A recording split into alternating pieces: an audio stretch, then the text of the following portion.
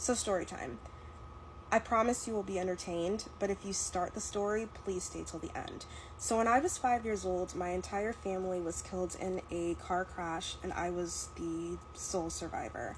When I turned 18, I decided to move out of state for college because I didn't really have any friends or family in the area anyway. I ended up going to Massachusetts.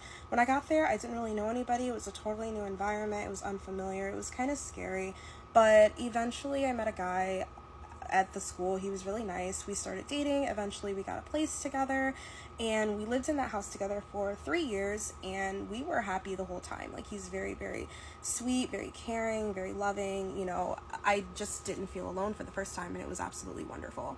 But around the 3-year mark, I started going through something. I started not to feel good. So obviously my first guess was pregnancy, so I took a pregnancy test, but that wasn't it. I was having like headaches and stomach aches and feeling nauseated all the time, feeling like extra sleepy, but it wasn't really like life-ruining symptoms. So I just started doing like ginger for the nausea and like soup if I had a tummy ache, you know, a little bit of Excedrin if I had a headache, you know, whatever, you make it work. But the symptoms just kind of kept getting worse, and like sometimes they would be so bad I'd have a migraine or a nausea to the point that I couldn't even get up out of bed. And my boyfriend's like, babe, I think you should go see a doctor. And I'm like, what is a doctor gonna do? Like, it's not like I can't breathe. It's not like I have chest pain. I just have random unspecified symptoms. Like, what is he gonna do? But he's like, babe, like, you do not feel good. Like, you should go see a doctor. And I'm like, fine, whatever. So he schedules me a doctor's appointment. I go see the doctor, and it's exactly what I thought it was gonna be. The doctor is just like, there's nothing wrong with you. And I'm like, cool. So I go back home, and things don't get better, but they start to get worse. Because now I'm not just feeling physically bad, I'm feeling bad mentally. And I don't mean my emotions. I'm not sad or depressed. I'm dealing with confusion. I keep finding things in my house in weird places that they shouldn't be. I open my kitchen drawer to get out cutlery, fork, knife. All my earrings are in there. I go look at my jewelry rack. All my cutlery's in there. Paintings that were hanged on the wall are like turning upside down. And at first I'm just like, okay, you know, whatever. These things are very bizarre, but they're not really frightening. Like, I'm just trying to make... Okay, I got a lot of requests for another creepy story time, so this will be Creepy Story Time Part 2. So, this story is going to take place about 6 months to a year after the original story I told, and a lot had happened during that span of time. So, I had graduated high school, and my boyfriend and I had moved to a different city, like 200 to 300 miles away. And we were still coming back like every other weekend to visit, but we weren't living in that town anymore. So my mom and her boyfriend had officially moved in together, and she had 2 vehicles, and one of them she decided to sell to him so he'd have transportation. And she only drove her car, he only drove his, you know, that they separated them that way. But they were both still in the same driveway. So one of the times we came to visit, my mom was telling me that she was having a lot of bad luck. And it wasn't just like one thing, it was like a lot of things at once. And I guess that she was driving to work one day, and she noticed there was like a weird rattling noise that she couldn't explain. And it had never happened before, but she kept hearing it. And I guess the rattling was bad enough to like make the car kind of shake. So this really freaked her out, and she was really afraid of, you know, having car issues and like the car breaking down or something, or even worse, getting into a car wreck. With the luck she was having, she was just anticipating something. So she ended up getting her car, putting it in an auto body shop, and I guess when they were checking out the car to see what was causing the rattling, what they found was a bundle of hair wrapped around bone attached to the bottom of her car. Now, if you're not aware of what that means, basically it's witchcraft being used against the person whose hair that it is. And it turns out the hair was my mother's, but the strange thing is, her hair hadn't been that length or that color in probably about 10 years. So somebody somehow got a hold of my mom's hair from 10 years previously and tried to use it against her with witchcraft. So that solved the car issue. Her boyfriend at the time, he knew a medicine woman or a medicine man, and they were able to dispose of the hair and the bone and everything properly so that it wouldn't come back and, keep raising havoc on her. But things didn't get 100% better right away. And the weird thing is, she was telling me that during this whole time she was having a lot of bad luck. She was also having a lot of nightmares. And that was pretty unusual because she wasn't really someone that had had nightmares previously. But what really creeped me out was that she said that it was always the same man in her nightmares. And she described him as having a smile that was too big. She said that it went from ear to ear. And for some reason, that just really creeped me the fuck out. And the weird thing about that... I got my snacks, to get yours, because you know what time it is. Story is actually from India. I need a mushra. I got my mushra. So, for the sake of this story, let's call this girl Beena. So, Beena is Indian, obviously, and her family went back to India a couple of years ago, just to go back. Her family back home actually have a lot of money, and they're pretty known in the area that they live in because they own the hill of that area. Actually, to fix that, they went back to India to celebrate their grandma's birthday. And while they were there, you know how you always have a favorite cousin? So Beena found her favorite cousin, and they used to fool around all the time. So in the Haveli, which means mansion house, basically a mansion. I hope I said that right. They were up until about midnight. They slept together, so it was even more fun because they slept in the same room. And the room that they sleep in whenever they go back was known for having lots of mirrors. And they would often hear stuff moving and rattling throughout the night. Her grandpa at the time coincidentally was in a wheelchair because he had got into an accident in that same room. And they hadn't really cleaned up that room since the accident happened because nobody really used that room anyway, so it was just there. Nobody really cleaned it up. So on the second night, Beena and her favorite cousin, they decided that they were going to clean up because they want to play in the room, but they don't want to step on glass or anything, right? So they had to go down 2 to 3 flights of stairs to find a broom and a dustpan. And so they're looking for the dustpan. They can't find the dustpan anywhere. So they decided to go out to find the dustpan. For a second, they see it. They see the dustpan. It's red, new, and shiny. The moment they turned their head and then turned it back to where they saw the dustpan, it would just disappear. So they start getting spooked out, and after this happened, Beena's cousin says to her, "Yo, I feel like there's something beside me breathing." Beena's like, "What?" Cousin is like, "Yeah, and it's talking, it's whispering, but I just can't make out what it's saying. There's something beside me, breathing." So Beena's like, "Yeah, fuck this. We're going back in the house." Just for them to find out that the door that... Can we show them the older homestead? Yeah, let's go. As you know. No, it's not. No, it's not.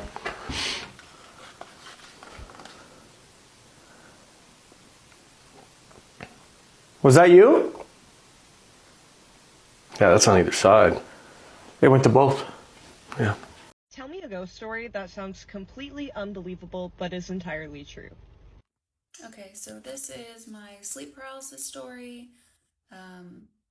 It traumatized me for a long time. It still really freaks me out. I didn't talk about it for a really long time because I felt like, if I talked about it, I would have sleep paralysis that night for years afterwards. So some of the details are a little bit fuzzy to me, but I also remember a lot of it very clearly, and it still affects me to this day. It affects how I sleep and if I sleep, and it still really freaks me out. So right before this started happening, I got pretty heavily addicted to opiates and heroin, and for a long time I convinced myself that the experiences that I was having was a result of how miserable I was, how depressed I was, how sad. I was prisoner to my addiction and I saw no way out. I was so hopeless. And I really like convinced myself that the experiences that I was having was just a manifestation of how miserable I was. I don't think that anymore, but the first time it happened, I was still living with my mom. I was sleeping in my room. I was sleeping on my stomach. I had my arm like next to me like that. My face was like this on the pillow facing the wall. And I woke up. I became aware that I was laying in my bed. And it felt like, you know how like a dog, like if they jump up on the bed, they put their front paws up and they like push down. There's like a little indentation. Felt like that, but as if like a bear did it. Like it was my whole bed like got pushed down and I felt like I was like kind of sliding towards the indentation.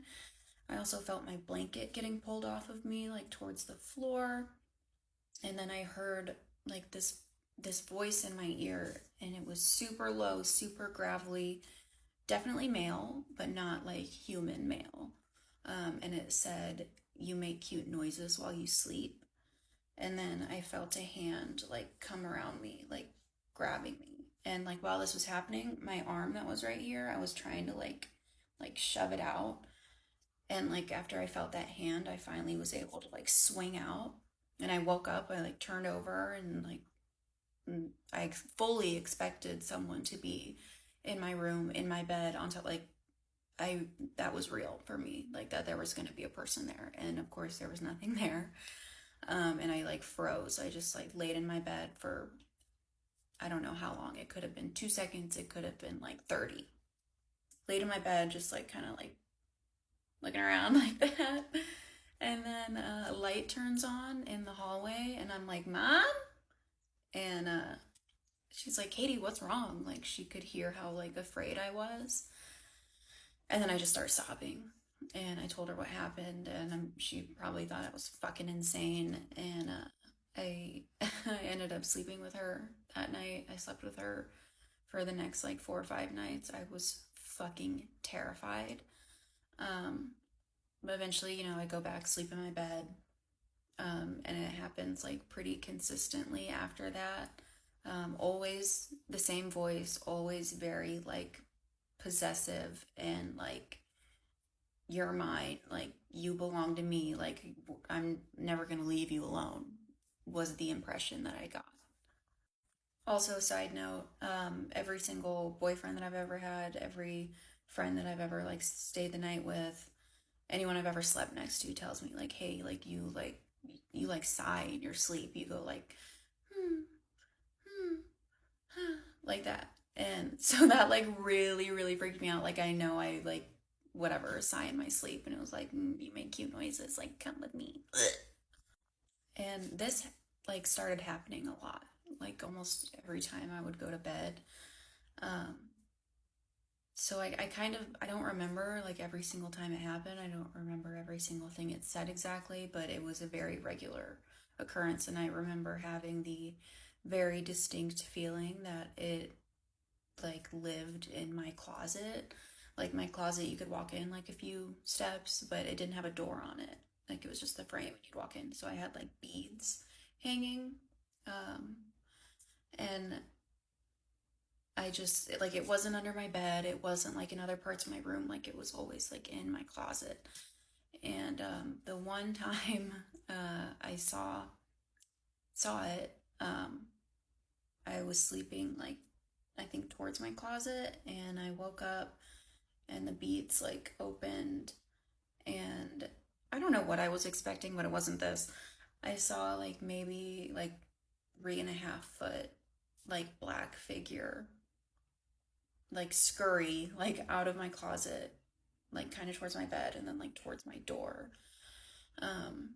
And that's all I saw of it. And I woke up and of course there was no one there. So I started like, I made a rule for myself, like when I was going to go to bed, when I turned off my lights or when I like locked my phone, like my eyes were closed, I was not going to open them again. Like period. Didn't matter. Like if I woke up in the middle of the night and had a pee, doesn't matter. You're waiting until morning. If I woke up hungry. Doesn't matter. Not gonna open my eyes because I don't want to fucking see anything. Like, we're staying asleep. And I would also sleep with earbuds in, not even like playing anything, but just to like try to like separate myself from like what was going on in my room, which I still do to this day. I sleep with earplugs in now. And this all started happening the summer after I turned 18. And this all happened like over the course of the summer. And that fall I was going to college. So when I was finally going to college, I was like, yes, like it's not going to happen anymore. Like I'm going to be out of that room. I really thought it was like my room that was the issue. So I get to college, and very quickly after I am like living in my dorm with my roommate, like I start having sleep paralysis again. And I remember one night it told me like, you can't get away from me, which I was sorely disappointed about that. Really thought the geographical change was going to work. And then another time, I specifically remember it happening. I had a boyfriend that I started dating at school, and he was sleeping with me one night, and I like woke up, couldn't move, and that voice was like in my ear again. And my boyfriend was in bed like next to me, he was like spooning me, and I woke up and that voice was in my ear, and it said like literally, he can't protect you from me. Of course I'm freaking out, I'm scared, and this like continues happening for another few weeks. And then I eventually like I'm talking to my roommate, and I didn't know this at the time, but she was very like sensitive, like able to feel energies and like see things sometimes. And we just kind of got to talking about sleep, and I finally opened up to her and like told her what had been happening. And she told me, yeah, you know, like I always sleep like towards the wall. And I was like, yeah. And she was like, well, yeah, I do that on purpose because like one of our first nights here, I like woke up and you were sleeping, like our beds were like on opposite sides of the room. But if you just like looked over, you could see him. I could see my roommate. She could see me. And she told me she woke up one night, looked over, saw me asleep, and she saw like a tall like black figure, and sometimes it would stand like in front of our bathroom door, which it was like my bed and then like bathroom, so it would stand in front of like the bathroom door, and then it would like kind of float over like to me and like lean over me, like looking at me, and then it would like go back like to the bathroom, and it would do that like all night long. I can't believe this is already almost at 10 minutes. But anyway, so after she told me that, I realized, like, fuck, this is real. This isn't just in my head. Like, somebody else is seeing this and experiencing things. And it terrified me for a really long time. It kept happening for a long time until I got off the drugs. And even for a little bit afterwards, like, it happened. I mean, it doesn't happen anymore, really. And I'm hoping like telling this story doesn't bring it back. Like, no thank you. But yeah, that's my sleep paralysis story. And how I'm convinced being on drugs attracts entities to feed off of your fear and misery. Let's read another scary story that was sent to us. I finally got a desk in my trailer, and I have like my podcast mic and my laptop set up over here, so this will make it way easier for me to record and research for my podcast. But anyway, we're in a different location now, but I still have my Squishmallow, of course. Anyway, let's get into the spooky story. It was the summer of 2015. I was 9 years old and my sister was 13 years old at the time, and we visited our aunt in the countryside to attend her dad's funeral. Days after the funeral, we were sitting in the staircase that had a door at the bottom with a latch. It was just me, my sister, and my aunt at the house, and our aunt doesn't go upstairs unless she has to vacuum. Otherwise, she's on the porch all day long. So my sister and I were sitting on the staircase playing with a bunch of EOS lip balms and Avon magazines when we hear a loud thump in the room upstairs that's furthest away from the staircase. My sister and I looked at each other, and I knew she heard it too. We began hearing heavy footsteps that started rushing towards the staircase. So we picked ourselves up and ran down and locked the door at the bottom and immediately told our aunt. She believed us. At night, we had no choice but to sleep upstairs in one of the rooms that doesn't have a door. I then felt as though someone was watching me. And when I opened my eyes, I saw a woman in a purple gown, dressed like she was in the 1950s, with her body walking away from the door, but her face was turned and facing me, and she was staring at me with no emotion. In the morning while having breakfast, our aunt asked us if we saw the woman last night, and when we said yes, she sighed and continued drinking her coffee. Okay, so that's obviously creepy, but I thought it was kind of funny that the aunt was like, oh, okay, so you saw her last night? Like, she knows that there's a spirit in her house. But it sounds like maybe the spirit isn't a mean one. I mean, if the aunt is cool with her being there, so I guess that's not so bad. Because if I had a spirit in my house, I think I would be okay with it as long as it were nice.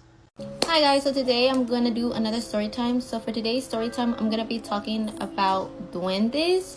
This is something that happened to me a few years ago, so if you guys don't believe in the supernatural or what I'm about to say, then keep fucking scrolling because I don't want to hear it. This story actually takes place in this room, but this happened back in 2022, so like 3 years ago. So my baby was about to be 3 months. We moved here in March of 2022. Around that time, we didn't have a bed like we do now. We had a queen size air mattress, okay? So keep that in mind because this plays an important role in the story later on. Like I mentioned before, I was afraid to sit, so we would take turns watching the baby. So I would get my full 8 hours of sleep while my boyfriend would watch the baby, and then he would get his full 8 hours of sleep while I would take over and watch the baby. So I remember on this specific day, it was my turn to get some sleep while it was my boyfriend's turn to watch over our baby. Before falling asleep, I do remember my boyfriend having the baby in his swing. I'll insert a picture right here. So yeah, he was strapped in and everything, and I just told him, hey, make sure you wake me up. I won't get mad. You can wake me up 30 minutes from now, an hour from now, or after I get my full 8 hours of sleep. Make sure you wake me up if you get really, really tired, okay? So I made it very fucking clear. I told him, please wake me up no matter what. If you're getting tired, if you need to go to the bathroom, whatever you need, please wake me up, okay? Because I do not want to leave my baby alone for any little reason. So eventually I fall asleep and I wake up around 3 to 4 a.m. The first thing I notice is my boyfriend. I look over at my boyfriend and he had fallen asleep. Okay, so at this point I'm fucking angry. I'm like, bro, I told you to wake me up if you get tired because I don't want the baby alone. And then I look over to go check on the baby. The baby is no longer in his swing where my boyfriend last had him. I look over at his crib. The baby is not in his crib. So at this point I'm fucking hyperventilating. I'm fucking story time, because I really cannot stop thinking about this. So stay tuned and listen throughout the story. Just listen. So tell me, what would you do in the situation? Because again, I just cannot stop thinking about it. Okay, so bam. So a few nights ago, I ordered something from food delivery. You know, I'm not gonna say their name. Just keep it at a minimum. You know, it was good. Nothing was going on. Like I honestly just wanted a Coke and some fries. That's it. So yeah, nothing weird, right? So I'm home alone.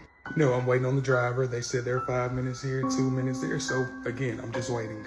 You know, and boom, finally the driver says, I'm leaving your order at the door. So you know me, I get up, go get the order, thinking nothing's, you know, you got it. But tell me why when I opened the door, it was no food there. Instead, there was an envelope sitting on my doorstep. Y'all, so me being confused, I picked it up, I go back inside and I opened it. Y'all, tell me why somebody wrote on an envelope, do not eat it, throw it away. Y'all, so I ain't even gonna lie. At this point, I'm literally bricks. My heart is sank. I'm literally nervous. Like, what's going on? Y'all, so that's when I open the app and tell me why the delivery driver's profile is gone. When I say it's gone like it was not existing at all. Like, what? So at this point, I'm in my house. I'm scared. I'm confused. I don't know what's going on because like I'm losing my mind. Like the profile was just there. You told me that you were delivering my food. Like, what? If you thought I answered, you crazy. Good thing I had a peephole on my door because if you didn't think that I was gonna look out of it, I definitely did. Y'all, why this envelope said, you're welcome. Like, was somebody trying to warn me or am I overthinking? What would you do in this situation? Y'all let me know. Cause am I tripping? I don't know. Y'all let me know. So a couple nights ago, I ended up in a really scary situation when I was out with my boyfriend. Basically, there was a woman at this event. This was a concert, but it was one of those concerts where people bring their kids, which I'm not a huge fan of because there is so much drinking going on. But at this event, there was a lot of kids. And I was stone cold sober. I was not drinking. And my boyfriend was sober as well. And there was a single mom there with her daughter. And they're just walking around, enjoying the music, enjoying the food. And I cannot express to you how this woman just looked vulnerable and naive. And that, I don't mean that in an ugly way at all. She was very tiny. She was maybe 5 foot, 100 pounds. Her hair was in braids. She had like a cute round face. She did not even look old enough to have a daughter that was like 8 or 9 years old. And at some point in the night, I noticed these men approaching her. And they're all quite a bit older than her, like in their late 40s. And they're talking to her daughter. And I'm like, What the fuck was that? Bro! What's going on around you? I don't know. I'm frozen. I am frozen. Did the window Sean. break? This is why going out at night time is not worth it, because a car can turn a joke into a nightmare. Although everyone was okay, it was a very dangerous situation and it could have gone worse so quickly. I was with my 2 best friends, who I would literally trust with my life, and it did depend on it. I'm going to call them A and B for the story. There was 3 of us and we were staying at A's house. It's late October, about like 10 p.m-ish. We were bored and we wanted to go out, so we told A's parents that we were going to the corner shop to get some food. We're teenagers, we're obviously not going to the corner shop and we're going to go get food. It's been like 20 minutes and we're just messing around being idiots on the road, like daring each other to do push-ups or like hide in a bush, like the normal teenage stuff. We were supposed to be back there by then because like the corner shop's only a 2-minute walk away. So A's parents called her and said, "Where are you?" And we just said that the corner shop is closed. It's a 24-hour corner shop. I don't know why we came up with that lie, but we said it's closed and we're going to the next nearest one, which is 15 minutes away. Then I had the bright idea to go to our mate's house, who we've never been there before, but we thought we would be able to follow snap maps. We were wrong. Snap maps is not reliable. If you've ever been out at night, you know how like exhilarating it is with like the cold night air, because it was dark, it was cold, it was October, we were feeling like festive for Halloween, so we decided to start freaking each other out, saying, "Oh look, we've seen that car before, we've seen this person before, they're following us, blah blah blah." By now we've reached the corner shop that was 15 minutes away that we said we were going to go to because the first one was closed. We buy a packet of squashies with our £2 because we thought if we turn up to this girl's house and she's not invited us, we can give her a pack of squashies and be on our merry way. But as we're slowly getting lost, me and A, we're like running ahead because I don't know why we were running, we were just running. But B doesn't like running that much, so she stayed behind and was just enjoying her time because it was a quiet road. There was only a couple cars passing every now and then, like there was nothing to worry about. Also, we thought. This is where things start to get really, really messed up so fast. As part of the game we were playing earlier, we were trying to see what cars we could spot over and over, and there was this one car that was circling the block that we were lost in for a little bit. It was this grey BMW, but who are we to say? They probably got lost. I mean, it's dark, like we really didn't think anything of it. And as I was saying, me and A are quite far in front of B. When me and A stop running, we turn around to realise that B has been calling our names, and she looks petrified. Me and A think she's trying to play a joke on us, so we ignore her and we keep running. That sounds like an awful thing, but that's genuinely what we did. But even while we're running, we can still hear B calling our names, so we actually turn around and decide what is going on. The girl who hates running, like literally will avoid it at all costs, starts running. Now we're getting freaked out. And as she's trying to explain it, because she's out of breath because she just ran like the 100-metre sprint to catch up with us, looking absolutely petrified, she couldn't get her words out and we were all trying to listen to her. While we're trying to listen to her, the 50 metres away, this BMW is curb crawling to get like near to us. This girl can't get her words out to save her life, so she turns around and she points at the car. The car stopped. My heart dropped because I knew what she was going to say. I knew what she was going to say. Now this car only stopped for a second, then it started speeding up to like 5 miles an hour compared to its 2 miles an hour of about 5 minutes ago. Now me and my friends, we don't have fight or flight, we have freeze. So we all kind of just stood there a bit confused. Because we're like, it's a car, what are they going to do, run us over? No, run the path, like, you get my logic? That is in fact not the case. This car stopped right in front of us. Right in front of us. The windows roll down, and I'm not talking about the first one, I'm talking about every single window, like all 4. Only to look inside and it's filled. The car is full. There is 1 woman in the car and 3 men. So there was 2 men in the front and there was 2 in the back. When the windows rolled down, only one of them was talking. The rest of them just stared at us like this. I was I was sweating. It was like 10 degrees and I was sweating. This is when we finally decide maybe we should run. Maybe we should actually leg it, you know? Even Miss Girl B, who doesn't like running, she still ran. She ran fast, and I don't blame her. We were all terrified. We didn't even say one word. We just kept running. This car, we're on a road. They start chasing us, obviously. Now the car's shouting. I'm literally shaking telling the story, but now the car's shouting at us, telling us to get in and stuff, like, where are we going, sweethearts? And we were like, what is going on? Now, not only are we being chased by a car, A's parents are blowing up her phone saying, where are you? It's been an hour. This is not where the corner shop is, because we're on a completely different road. We got lost. Hello? Like... And she's the queen of multitasking, okay? While running, she picks up her phone and she calls her parents. But she doesn't say anything. We're running, of course, we're out of breath. Her dad immediately understood the assignment. Like, he was in his car and he was beelining to her location because she's got her location on. I'm so glad we had our location on. Now we're on a road, they're chasing us, they're shouting at us. It's been about 2 minutes and they're getting closer because obviously we're kids, we're scared, our legs feel like jelly. We found this little alleyway between two gardens and we ran for it, straight ran for it. And when we thought we were safe, we stopped because we were like, what the actual hell? Only for A to drop the biggest bomb on us. She just casually says that the game we were playing earlier, trying to freak everyone out, she wasn't kidding. There was actually a car following us and it was that car, so we could have avoided that so much faster.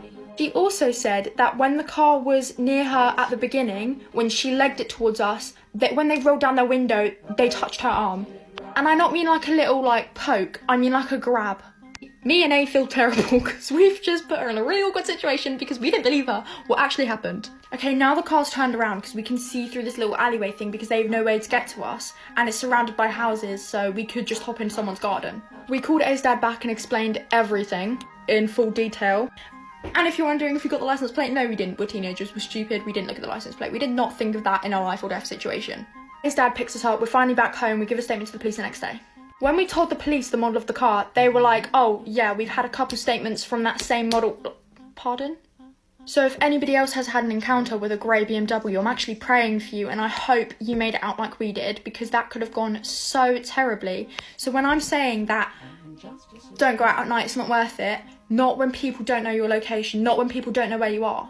If people know where you are, go for it, have fun. But if people don't, and you're not taking the extra precautions to be safe, don't do it. It's not worth it, I promise. It's not.